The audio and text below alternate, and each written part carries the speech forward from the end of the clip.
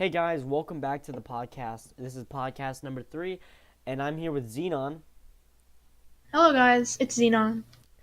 And you've noticed that he's put up a stream, and he's been doing pretty good. He's been doing a lot on this channel.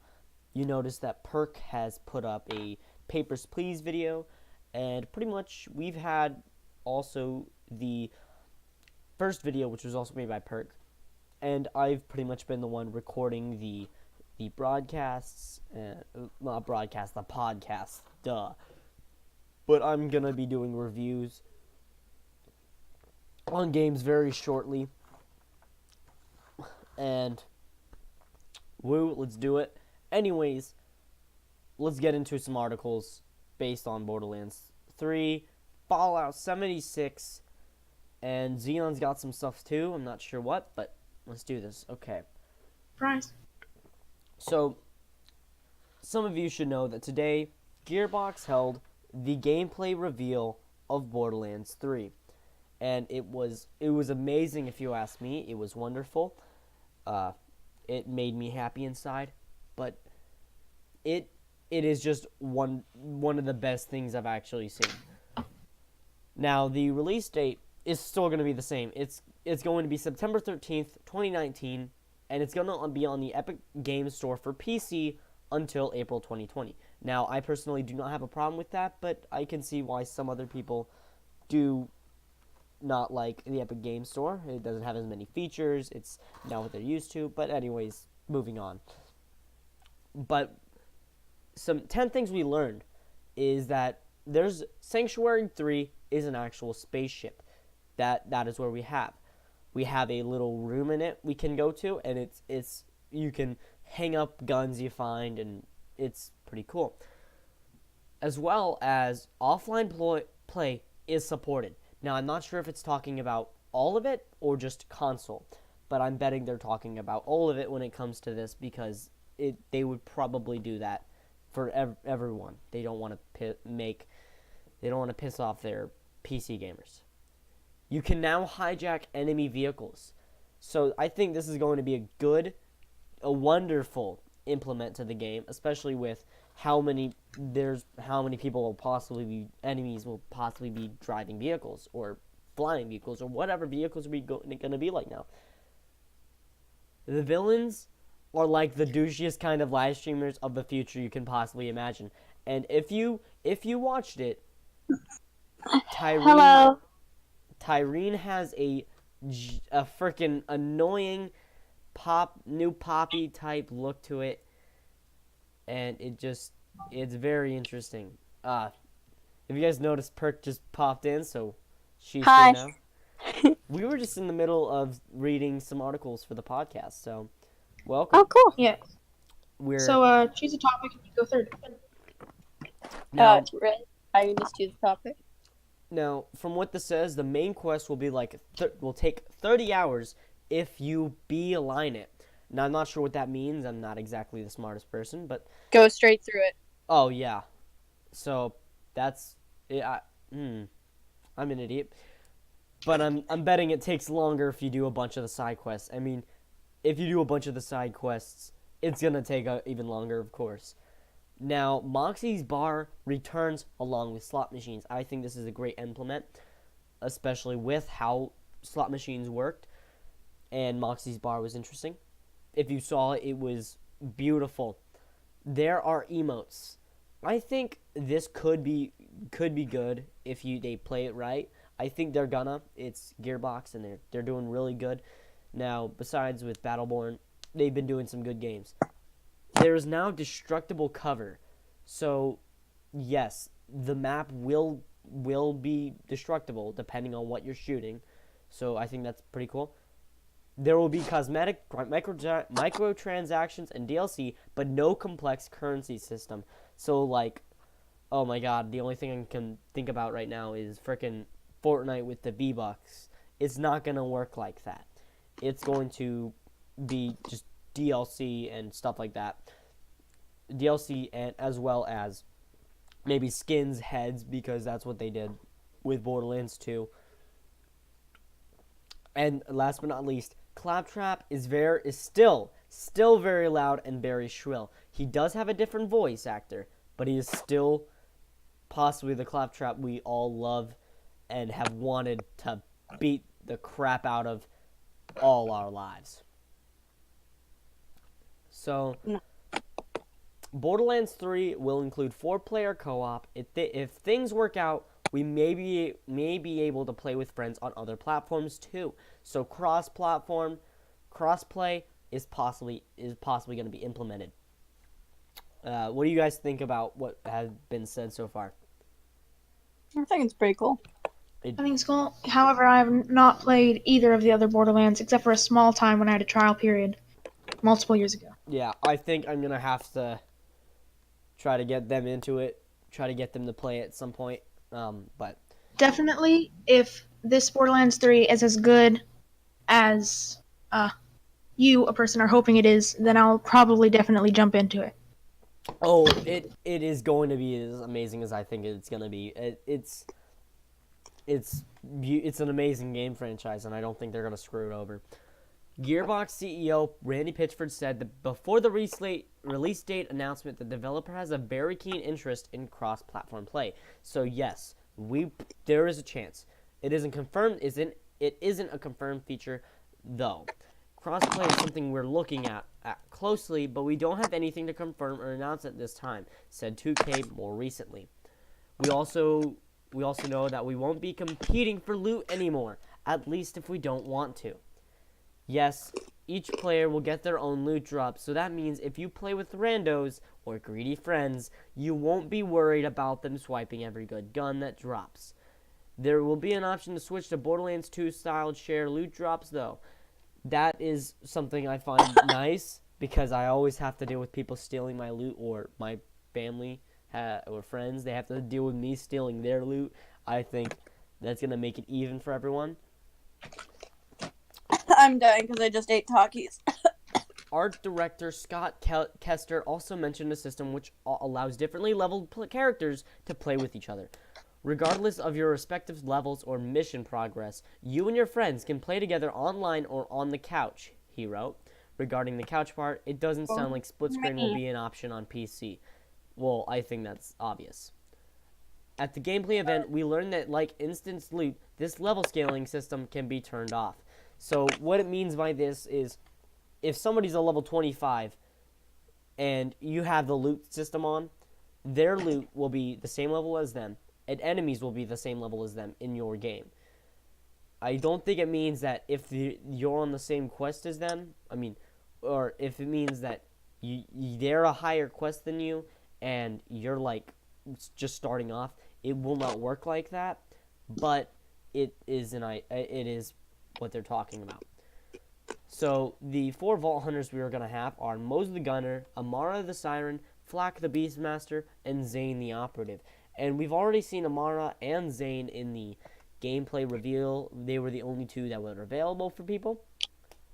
And other characters we'll see will be Lilith, Maya, Brick, Mordecai, and Zero, as well as Reese, Tina, well, Tiny Tina, now regular, Marcus, Ellie, Sir Hammerlock, Claptrap, and a few of old enemies. Taboo. Yeah. It's simple. Pitchford even mentioned Moxie's back and has a big, very cool bar. I believe this is going to be in the spaceship. Maybe not. And that's around the end of it. That's all I really felt like talking about. But, well, we actually have something to talk about with the TDR guns. I'll be back. Alrighty.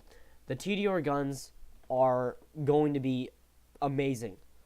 So there's one that you have to start like it's not just TDR, but some of the guns we found are the one that starts where you have to start it like a lawnmower. And there's one where when you throw it, it turns into a bouncy ball and it says ow a lot. And there's a rocket launcher that fires hamburgers. I thought that'd be cool. But TDR also has the gun with legs, which we saw in the thing, and I believe another one where you throw it and a bunch of rockets just spurt out.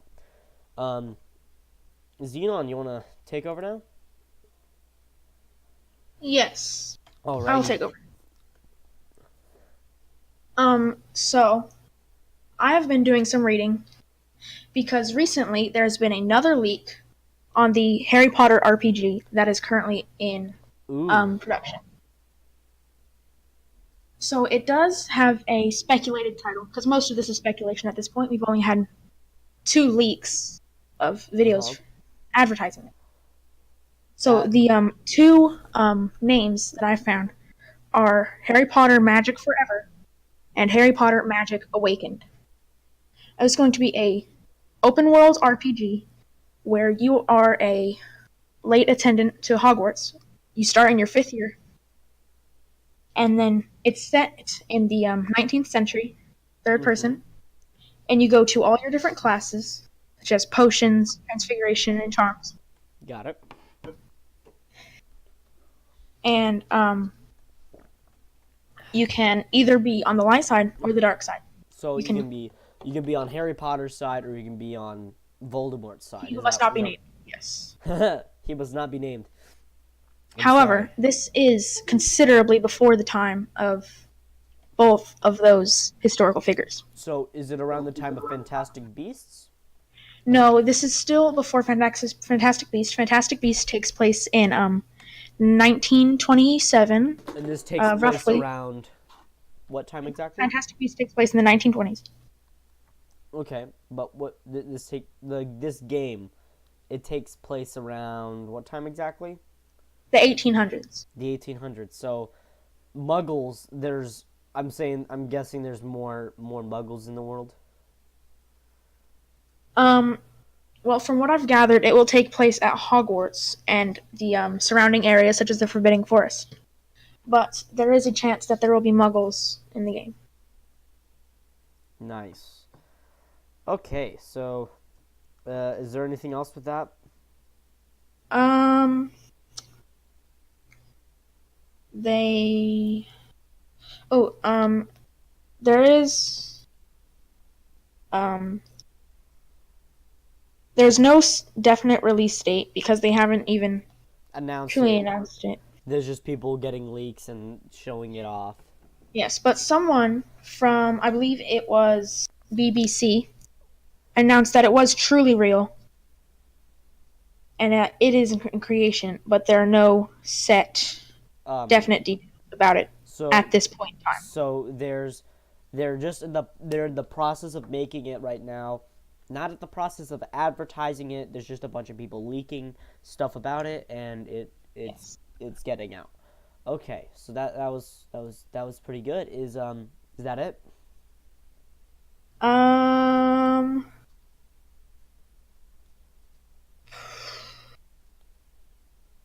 I'm thinking. Oh yes, it will. According to this, not in any way involve the Golden Trio, Harry, Ron, or Hermione.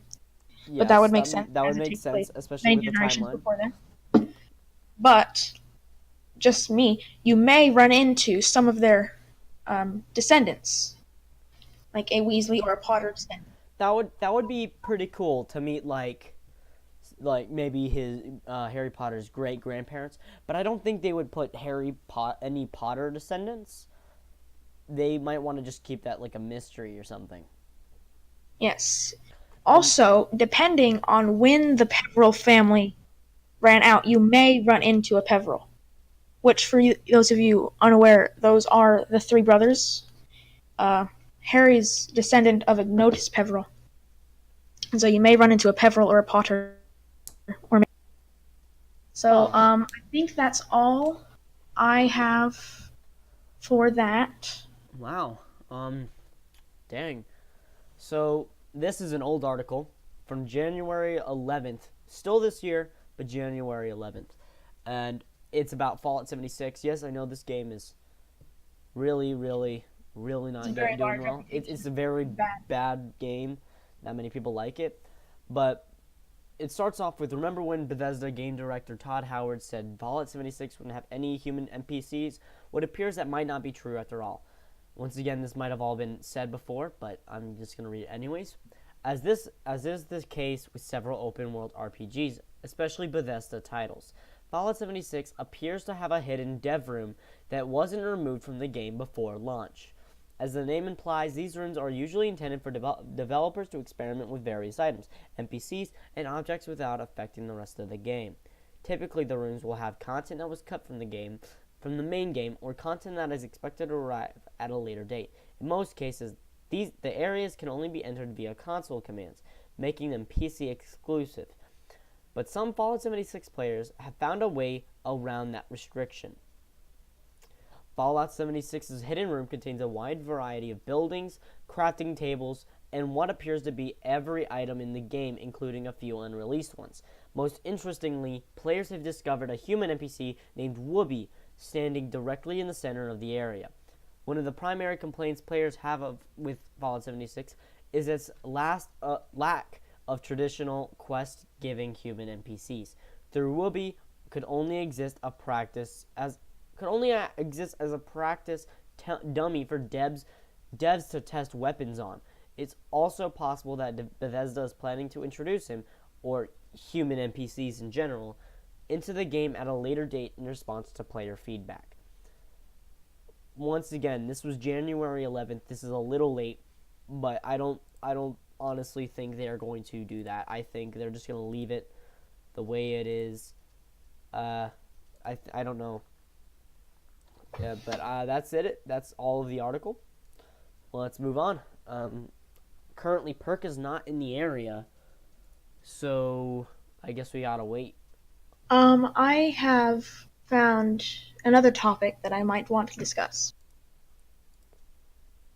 Okay. So, I was looking around and I found this article that announced that in January of 2017, Marvel signed a multi-year contract with game publisher Square Enix to create a semi-RPG of the Avengers franchise. Got it. Okay, that sounds like it would be fun. It does not currently have a release date or, I believe, an official title from what I've found, but it is currently being referred to as the Avengers Project. It is being developed by Crystal Dynamics, the developers of Tomb Raider, and Eidos Montreal, the developers of Deus Ex. That seems pretty good. Also, Sean Escage, he was a Naughty Dog creative director, and Stephen Barry, a 27-year game vets from EA and Visceral Games, and has also joined the project in leadership roles at Crystal Dynamics. So it is very early, but it could be a action-adventure superhero game with some RPG elements. I would enjoy that very much so. I think that would be a perfect type of game for Yes. for Marvel. I think if so, is it talking about like you play as the already created heroes, or would you play as like someone you make? Is that what you think? So it will be a completely new and original story, So and it will. Yes. I'm betting it's gonna be you can customize your own character. That is unknown to me at the current moment, but it is filled with characters, environments, and iconic moments that will be very exciting to us Marvel fans, which I'm sure is almost every single person on this planet. Huh, that is pretty cool. I'm excited for that. I'm excited for not as much for the Harry Potter. I'm not a big fan for it, but I know someone who will be. I think I'm just really excited for that Avengers game, honestly. But Borderlands 3, I only put it because today was the reveal event of gameplay, and I was just ready. I was so ready to watch it. And not to mention, but we got some new things for us to talk about. I think this is going to be amazing for our year. I think this year is going to be a great gaming year with leaks and things. We're getting, like, we had Endgame, we've had we got Borderlands 3 announced, and it's going to be September 13th, 2019. That is great. We got oh my god, there's so much stuff that I can't even remember half of it. But this is a good year for gaming and for anything fun. So, Yes. guys, Perka's not here, so I think she's just going to be gone for now. What was it you were saying, Xenon? It says that this game will be available for the Xbox One, PS4, and PC. Yes. So all 3 platforms. That is nice. And honestly, I'm really excited for this year, for all the games we're gonna get because there's a lot of good stuff going on this year. This is probably gonna be the redemption to 2016. I believe it was 2016 that was the worst year, right? 2016 was the worst year? I believe so. We can check. What came out in 2016? I don't think it was because it was. I think it was just not good stuff was happening. I just don't know. 2016 apparently it wasn't a good year. 2016 had some nice titles in it. It did, including yes. But apparently a lot of people said it was a bad year. Either that or 1 year in the world is not apparently, like, one thing is there's like a bunch of stuff that did not happen in a year of the world, and it was not good. I believe it was 2016, but I don't know. Just looking here at what released, there's some very nice titles such as Uncharted 4, Dark Souls 3, Overwatch, the BioShock collection, and so on and so forth.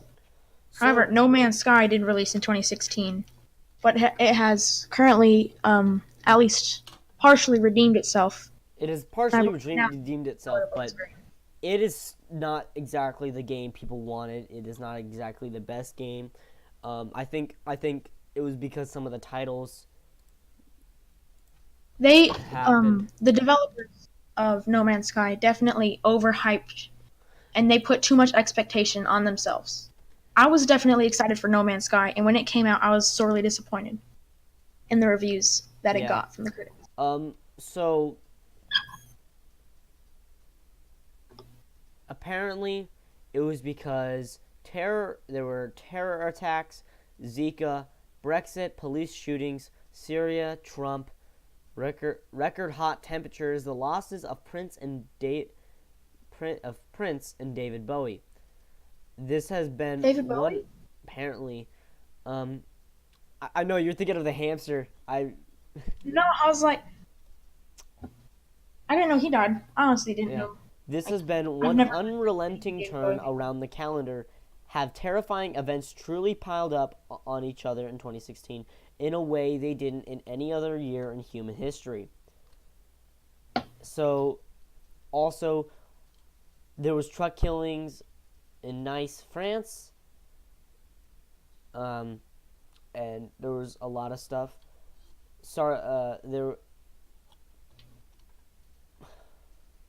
There was apparently a lot of stuff that happened.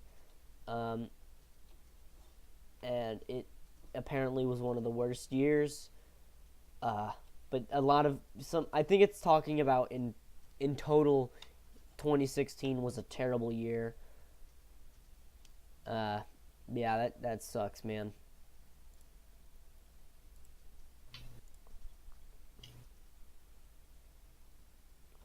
anyways, guys, I think that's where we're gonna end off this podcast.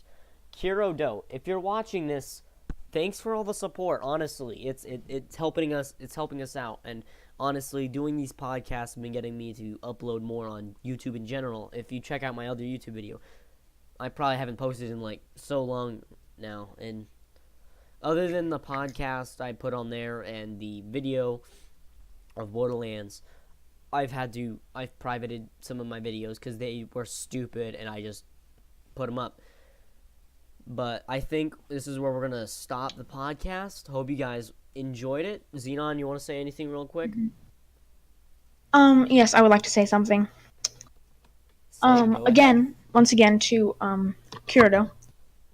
I'm really glad that we have someone who actually watches our content and enjoys it and didn't just subscribe because they're our friends. I think that's Not really to nice. mention, but she also said that she loves to watch growing channels. She hopes we get famous. Yes. I think that's a thing people should be in the world. I think people should be like this and not be crazy to the point where if you don't pick up your trash and somebody asks you to, you get mad about it, you're gonna stab someone. There's been incidents like that. So I think, man, I feel like start ending this off with a riddle. I don't know why, but see you guys. Hope you guys enjoyed this podcast, and goodbye.